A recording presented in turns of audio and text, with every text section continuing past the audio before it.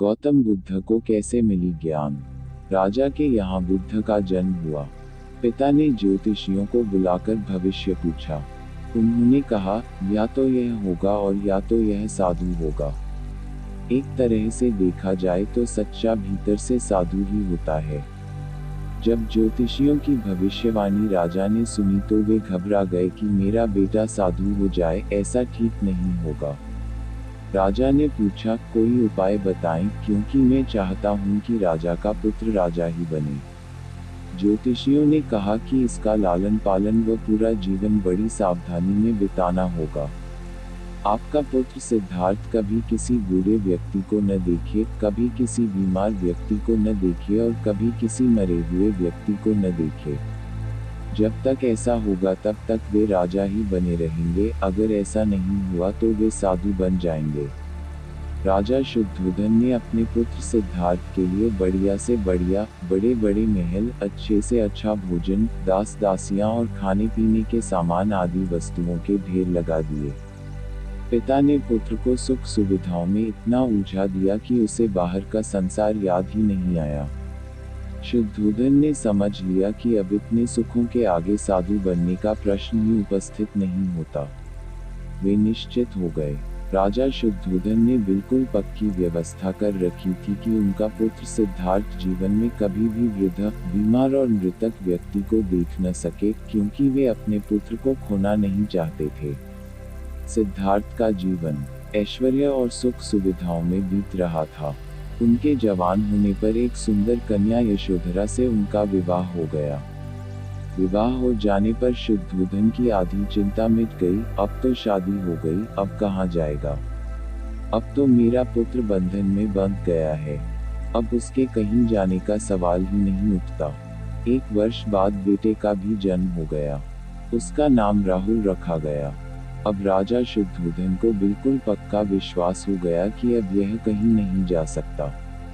एक दिन सिद्धार्थ ने कहा कि पिताजी, आज तक मैंने कभी अपनी राजधानी नहीं देखी, आपकी आज्ञा हो तो आज देखाऊं। राजा ने कहा, हाँ हाँ अवश्य जाओ, अपना शहर देख कर आओ।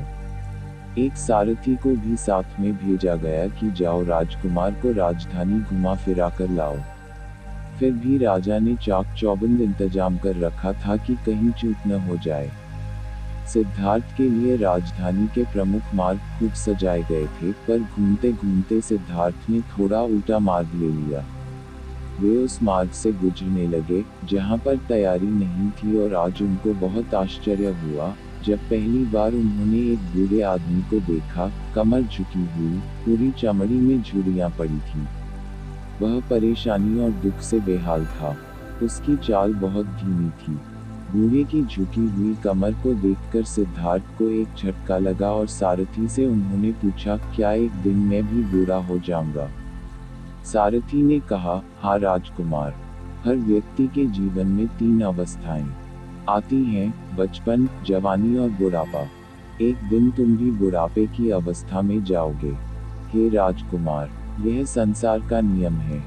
चाहे गरीब हो या अमीर, सबका शरीर शिथिल बूढ़ा होता है। राजकुमार सोच में पड़ गया। सारथी ने रथ को आगे बढ़ाया तो कुछ दूरी पर एक बीमार व्यक्ति मिला जो रोगों से घिरा हुआ था। उस पीड़ित व्यक्ति को देखकर राजकुमार का मन बहुत ही दुखी हुआ। राजकुमार ने पूछा, इसको क्या हुआ है। सारथी ने कहा, यह व्यक्ति बीमार है, इसलिए यह कराह रहा है।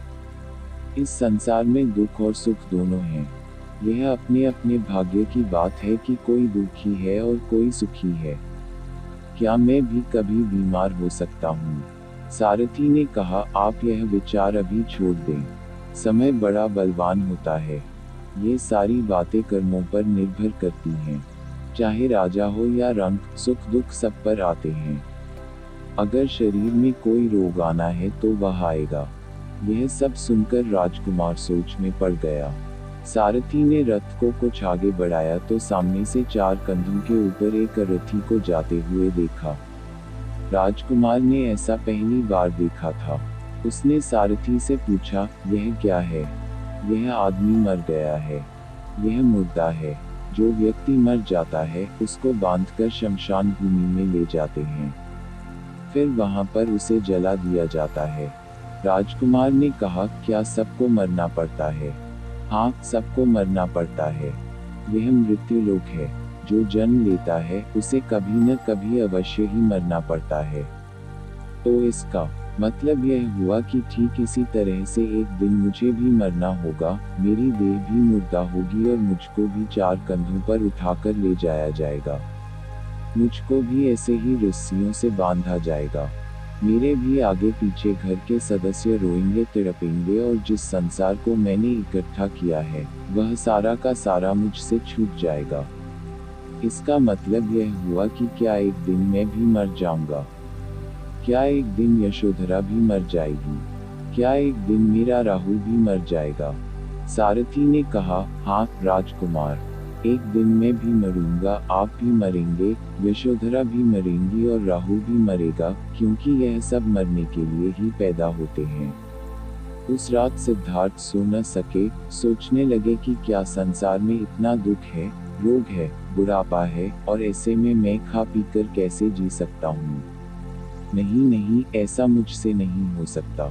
मुझे खोजना होगा उस तत्व को जो दुख, पीड़ा और शोक से रहित हो, जो भय, भ्रम और घूर से परे हो, जो अनंत आनंद से भरा हो, जिसे पाकर फिर और कुछ पाने की इच्छा न हो।